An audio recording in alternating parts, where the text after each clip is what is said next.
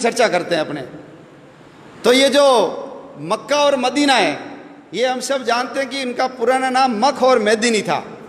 आज भी वहाँ मक्केश्वर महादेव शिवलिंग है, वहाँ उसको ढक करके रखते हैं। जाने वाला मुसलमान उसको चूम करके आता है, जैसे हम शंकर भगवान के शिवलिंग के हाथ लगाते हैं वैसे वो उस पत्थर को हाथ लगा करके आते हैं। भारत से जो भी मुसलमान हज करने जाता है उसको हिंदू मुसलमान बोलते हैं, क्योंकि वहाँ के मुसलमानों को पता है कि भारत के जितने मुसलमान हैं ये धर्मांतरित होकर के मुसलमान बने, ये सब पहले हिंदू थे, असली मुसलमान नहीं है, इसलिए उनको हिंदू मुसलमान बोला जाता है। मुसलमान वहाँ जाता है तो मुंडन करवा के जाता है, जैसे हम हरिद्वार में जाते हैं या तिरुपति बालाजी में मुंडन करवाते हैं, किसी की मृत्यु हो जाती तो भी हम बाल कटवाते हैं। तो मुंडन करवा करके जाना हिंदू संस्कृति और सभ्यता का प्रतीक है। हमारे संत जैसे बिना सिला हुआ कपड़ा पहनते हैं वैसे ही वो कपड़ा पहन करके वहाँ जाते हैं, उस बिल्डिंग के चारों ओर परिक्रमा करके आते हैं, जैसे हम मंदिर में करते हैं। दुनिया की सारी मस्जिदों के ऊपर गुंबद है, लेकिन मक्का की मस्जिद के ऊपर गुंबद नहीं है। वो हमारी पुरानी संस्कृत वैद्यशाला थी, बच्चे पढ़ते थे वहाँ। आचार्य उनको सभी प्रकार के ज्ञान देने का काम किया करते थे। हरिद्वार से जैसे गंगा जल भर करके लाते हैं वैसे मुसलमान वहाँ से पानी भर के लाते हैं, उसको अब्बे जमजम बोलते हैं। ये हमारी पद्धति है, लेकिन वो हमारे हाथ से चला गया। उसके पास में एक देश है ईरान, उसका पुराना नाम आर्यन था। 80% जाट और 20% ब्राह्मण रहते थे, वो सारे धर्मांतरित होकर मुसलमान बन गए।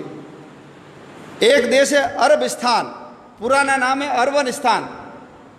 अरवन संस्कृत में घोड़े को बोलते हैं, अरबी घोड़े बड़े प्रसिद्ध थे। चेतक घोड़ा महाराणा प्रताप का अरबी घोड़ा ही था, तो वो हमारा अरवनस्तान क्या बन गया, अरबस्तान बन गया।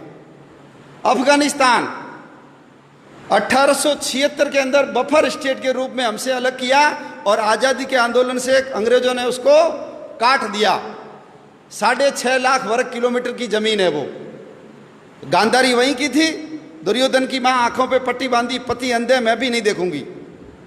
1876 में हमारे हाथ से चला गया। 1904 में नेपाल हमारे से काट करके अलग किया। भगवान राम की ससुराल सीता माता जहां पैदा हुई वो नेपाल हमारे हाथ से चला गया। 1,47,000 वर्ग किलोमीटर का क्षेत्रफल है वहां। 1906 के अंदर उसके पास में एक भूटान नाम का देश है, 46,000 वर्ग किलोमीटर का क्षेत्रफल है। 1906 में हमसे काट करके अलग किया। 1916 ये जो तिब्बत है, जिसका पुराना नाम त्रिविष्टप है, 25 लाख वर्ग किलोमीटर का क्षेत्रफल है। दलाई लामा वहीं के रहने वाले हैं। और देश की आज़ादी के बाद जब 1962 में चाइना ने आक्रमण किया, तब तक वो हमारे पास था। उसकी विदेश नीति, उसकी रक्षा नीति, उसकी रक्षा का काम हमारी सेनाएं करती थी। लेकिन हिंदी चीनी भाई भाई पंचशील के सिद्धांत, नेहरू जी की गलती के कारण वो चाइना ने हमसे हड़प लिया, दबा लिया। आज वो जो तिब्बत है चाइना के पास चला गया। भारत और चीन के बीच में तिब्बत बहुत बड़ी भूमि थी, चाइना बॉर्डर से बहुत दूर था, लेकिन चाइना का बॉर्डर भारत के पास आकर के लग गया। 1935 भगवान राम ने जिस लंका को जीत करके सोने की लंका को ठोकर मार दी और अपने भाई लक्ष्मण को कहा जननी और जन्मभूमि स्वर्ग से बढ़कर है, वो 1935 में हमसे काट करके अलग कर दी। क्षेत्रफल कितना है, 66,000 वर्ग किलोमीटर। 1937 जिसको आज हम म्यांमार बोलते हैं, पुराना नाम है बर्मा, रंगून। याद करो, काले पानी की सजा के लिए सबको पकड़ पकड़ करके वहां ले जाते थे और सुभाष चंद्र बोस ने आजाद हिंद फौज बना करके जो हमला किया था, रंगून अपने कब्जे में कर लिया था। वो बर्मा हमारे से 1937 में अलग कर दिया गया। बर्मा का क्षेत्रफल भी 6,70,000 वर्ग किलोमीटर है। 1947 आ गया। 1947 में ये जो बांग्लादेश, उस समय उसका नाम पूर्वी पाकिस्तान था, 1.5 लाख वर्ग किलोमीटर। और ये जो पश्चिमी पाकिस्तान 8 लाख वर्ग किलोमीटर, 9.5 लाख वर्ग किलोमीटर की जमीन 1947 में हमसे काट करके अलग कर दी गई। बहुत पवित्र स्थान हमारे हाथ से चले गए। सरस्वती नदी गई, जिसके किनारे सारे शास्त्रों की रचना सारस्वत ब्राह्मणों ने की, वो हमारे यहाँ से चली गई। झेलम नदी चली गई, जिसके किनारे पर पौरस ने सिकंदर के दांत खट्टे किए थे, वो झेलम नदी गई। सिंधु नदी चली गई हमारी। हमारे 52 शक्तिपीठों में से एक शक्तिपीठ है हिंगलाज माता का मंदिर, वो हमारे हाथ से चला गया। शंकराचार्य ने जिन पीठों की स्थापना की थी, शारदा पीठ, वो हमारे हाथ से चली गई।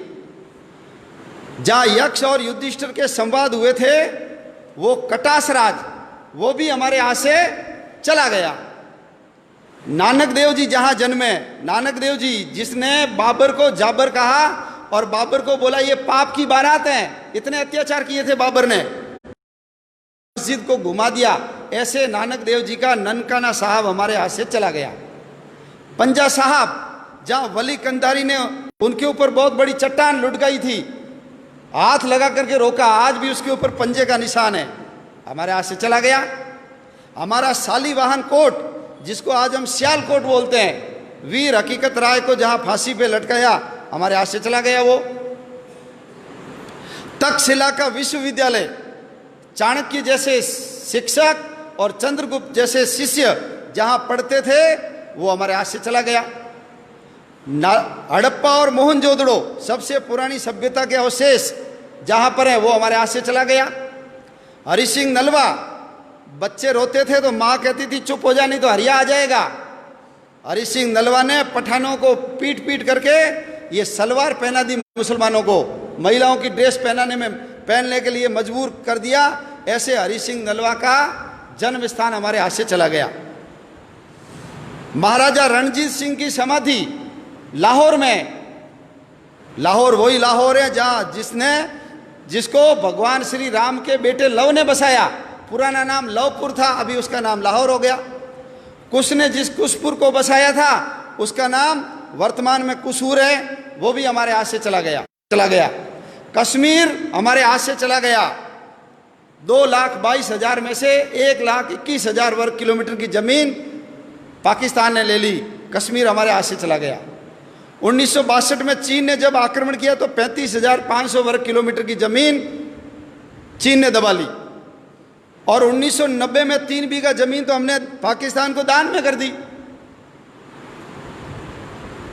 समुद्र तट के अंदर बसा हुआ मालदीव 3,000 वर्ग किलोमीटर का क्षेत्रफल है, वो मालदीव भी हमसे अलग हो गया। अंग्रेजों को समुद्र के अंदर अपने बेड़े रखने की जरूरत थी, इसलिए उन्होंने मालदीव को 1947 में ही अलग करके आज़ाद कर दिया। इतनी बड़ी भूमि, इतने 6 प्रांत हमारे हाथ से चले गए, कुल 62 जिले गए। और जिस समय देश का विभाजन हुआ, हमारे कबूतर उड़ाने वाले अंकल जी जब लाल किले पे खड़े होकर के अपने शेरवानी के तीसरे बटन हॉल में गुलाब की कली सजा करके भाषण दे रहे थे, उस समय पाकिस्तान की सड़कों के ऊपर हमारी माँ बहनों को नंगा करके उनके जुलूस निकाले जा रहे थे। रेलों के अंदर काट काट करके भर भर रेलें भेजी जाती थी। भाला टांग करके बच्चों की एक के ऊपर एक, जैसे सुई के ऊपर फूल डाल करके माला बनाते हैं, ऐसे बच्चों को डाल डाल करके गांधी जी के लिए तोहफा, नेहरू जी के लिए भेंट, ऐसा लिख लिख करके वहां से भेजा जा रहा था। नर कंकाल इधर से उधर किए जा रहे थे और हम गीत गा रहे थे, दे दी हमें आजादी बिना खड़ग बिना ढाल। एक बूंद भी खून नहीं बहाया और आजादी मिल गई, ऐसा उस गीत के अंदर वर्णन है। 12 लाख लोग मारे गए, 12 लाख लोग, 2 करोड़ लोग बेघर हो गए। लंबे लंबे मीलों लंबे काफिले, जितना सामान उठा सकते हो लेकर के चलो। कल्पना कर सकते हैं यदि कल हमको कह दे यहां से छोड़ के सब चले जाओ, इतना आलीशान मकान, इतनी बड़ी दुकान, फैक्ट्री, क्या बीतती है मन के ऊपर। लेकिन ये इतिहास हमको नहीं पढ़ाया जाता, और नहीं पढ़ाने के कारण आने वाले समय में हम देश की रक्षा कर पाएंगे कि नहीं कर पाएंगे, प्रश्न चिन्ह खड़ा होता है।